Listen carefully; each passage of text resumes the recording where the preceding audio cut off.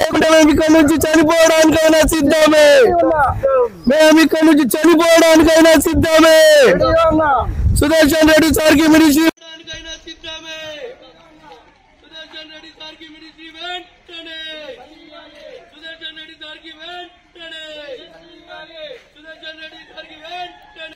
Congress party అధికారంలోకి రావాలంటే మా సార్ చేసిన కష్టం ఫలితం శూన్యమైతుంటే మేము ఈ రోజు చూస్తూ ఊరుకోము.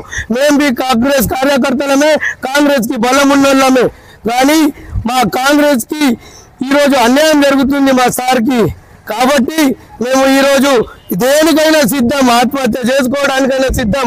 ఖచ్చితంగా కాంగ్రెస్ అధికారంలో ఉన్న సీఎం రేవంత్ అన్న మేము కష్టపడ్డాం, మాతో పాటు మా సార్ కూడా చాలా కష్టపడ్డాడు.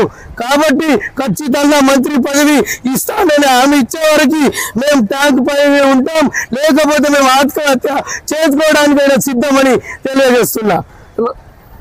జై కాంగ్రెస్, జై సుదర్శన్ రెడ్డి సార్.